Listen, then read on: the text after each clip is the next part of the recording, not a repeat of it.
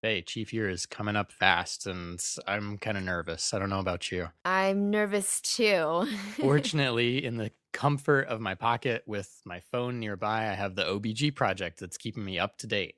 Definitely. And really nicely is as Chiefs, we now have one free year subscription to OBG First, which is where you can create your very own library online with all of their amazing articles that you can keep all in one place, and also a subscription service where they will send you daily emails with the most up to date recommendations and research. Want to find out how to get OBG first from the OBG project? Head on over to creogsovercoffee.com and find out how you can get OBG first free for 1 year.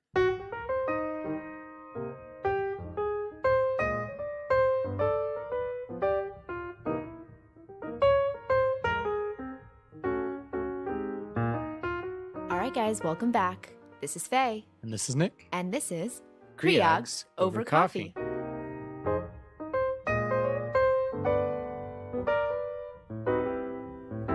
So today, guys, we have coming at you part 2 of our vaccine special. So, Faye, can you give us a little reminder on what we're talking about today? Yeah, so some of our objectives will be like our objectives from last week. We're going to talk about vaccines that should be provided postpartum if the patient was not able to receive these vaccines preconception. We'll also again learn the data behind these vaccines and what they prevent. And finally, we'll learn how to talk to patients regarding vaccine safety profiles. And just as a reminder, the reading will be the CDC guidelines on vaccines. Fantastic. So, Faye, I guess after pregnancy, where should we look to or what should we start with vaccine? Yeah, so there's a few vaccines that we can give after pregnancy, and this is mostly because these are some things that we check during pregnancy. So, one thing that we check is we check if patients are immune to rubella. So, if they're not, they can get the MMR. Another is varicella or the chickenpox, and in selected populations, the HPV vaccine. So, Nick, tell me more about the MMR, or the measles, mumps, and rubella. That's it, measles, mumps, and rubella. So, this vaccine, MMR, contains live attenuated or weakened strains of all of these particular viruses. And as we talked about in our last episodes, there's an immune response that's provoked by these attenuated viruses to create antibodies. Immunity is about 97% against measles and rubella after 2 doses, and about 88% against mumps after the second dose. Again, the idea with this is really to help protect against before pregnancy congenital rubella and after pregnancy against any of these particular diseases. During pregnancy, again, remember that the adaptive immune system is not as robust as when you're not pregnant. And so the point of giving these outside of pregnancy is to take advantage of the fact that you can really bump that adaptive immune system upwards. Additionally, during pregnancy, there's a slightly higher risk of the live attenuated virus actually causing disease. So, again, we defer MMR to either postpartum or in preconception counseling. If an adult is not immune to MMR, and again, you should be screening for rubella during pregnancy, at least 1 dose should be given postpartum. Hey, what about varicella? So, varicella, we all know it as chicken pox or potentially shingles. And again, this is not a vaccine that should be given during pregnancy, but in the postpartum period or preconception. The way that it works is like all the vaccines that we talk about. This is a live attenuated virus, and it stimulates that immune system to create antibodies. It is between 88 to 98% effective at preventing varicella after 2 doses, and about 85% effective after 1 dose. The vaccine should be given ideally before pregnancy to protect against chickenpox complications during pregnancy. Because you do have a decreased adaptive immune system during pregnancy, you are more apt to getting things like pneumonia or just being more sick with something like chickenpox. And also, you can get congenital varicella syndrome or even neonatal varicella if the mother has the chickenpox during time of delivery. During pregnancy, this vaccine should not be given because the adaptive immune system is not as robust as when one is not pregnant. And again, there is a higher risk of the live attenuated virus actually causing disease.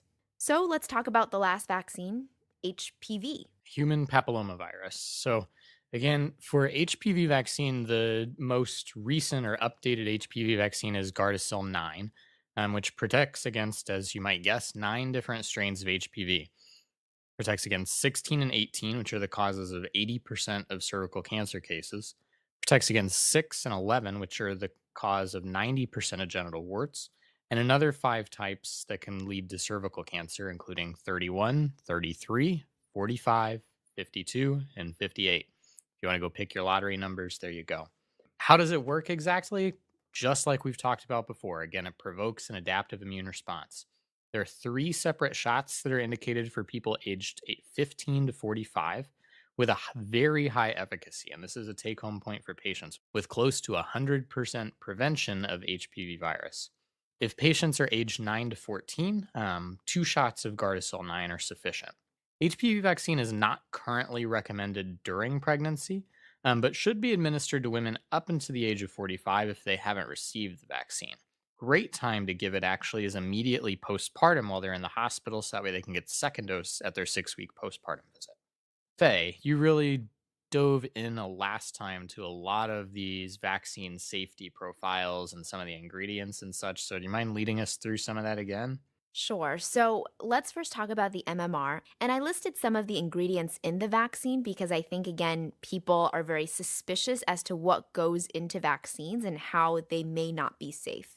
But the MMR is generally very safe. So the ingredients include chicken embryo cell culture, which is a medium, human diploid lung fibroblasts, which is also a medium for which the virus to grow. They also contain a lot of things like vitamins and amino acids, sucrose, glutamate, all of these things that kind of help that culture and help the virus to grow.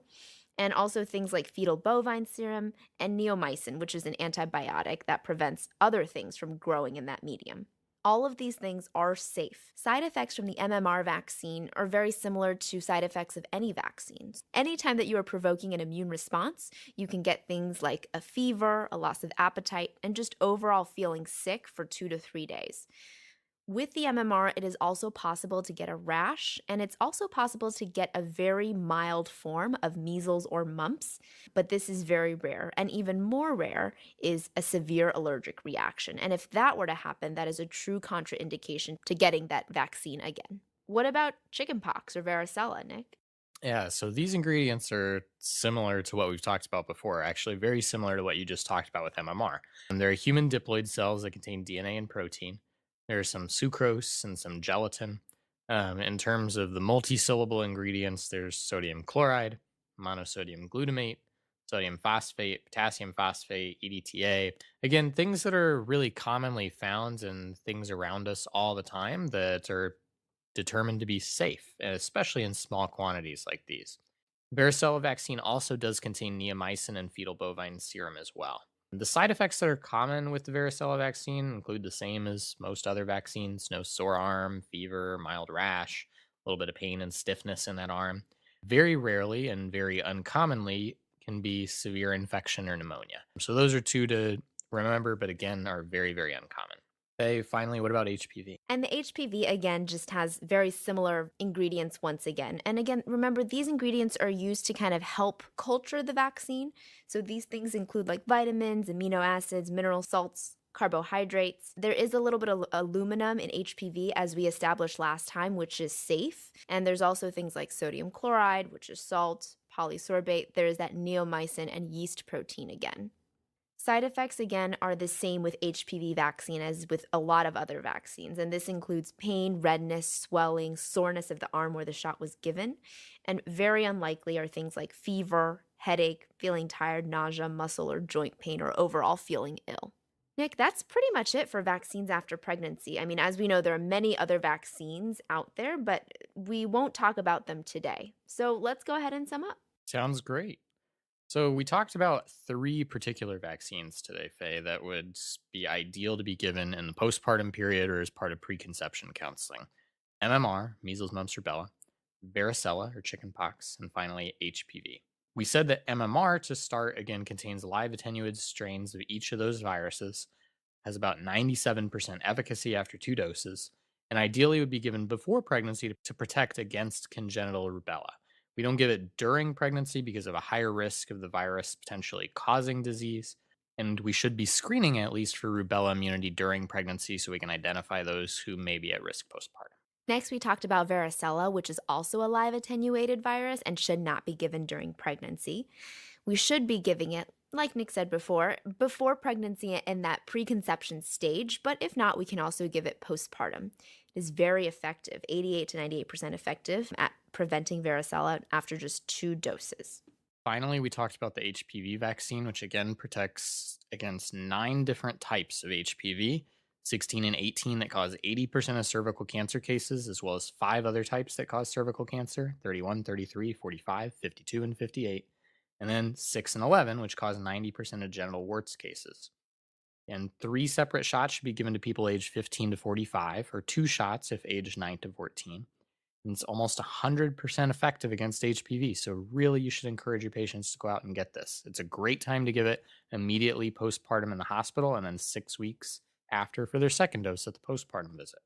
We also talked a little bit about vaccine safety profiles and listed some of the ingredients in these vaccines that people may have questions about. And remember, these are all safe ingredients in the dosages that they have in the vaccines. Side effects for all of these vaccines include any type of effect that you would have after inducing your immune system to work hard. So those things would be like fever, loss of appetite, overall malaise, or feeling sick.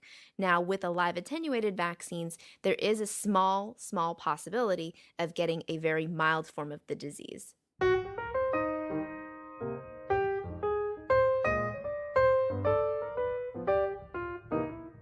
Hey, listen, once again, I'm Nick, This is Fei. and this has been Creogs Over Coffee. If you enjoyed our podcast, go ahead and go on Apple iTunes or Spotify or any of your other podcatchers and give us a 5-star rating or review. Reach out to us online. Catch us on Facebook at Creogs Over Coffee, on Twitter at Creogs Over Coffee 1, on our newest social media profile, Instagram at Creogs Over Coffee. Or if you're a big fan of the show and want to get some cool swag, check us out on Patreon, www.patreon.com/CreogsOverCoffee. Have a correction for the show or a suggestion for an episode, or you just wanted to say hi to us, give us an email over at creogsovercoffee@gmail.com.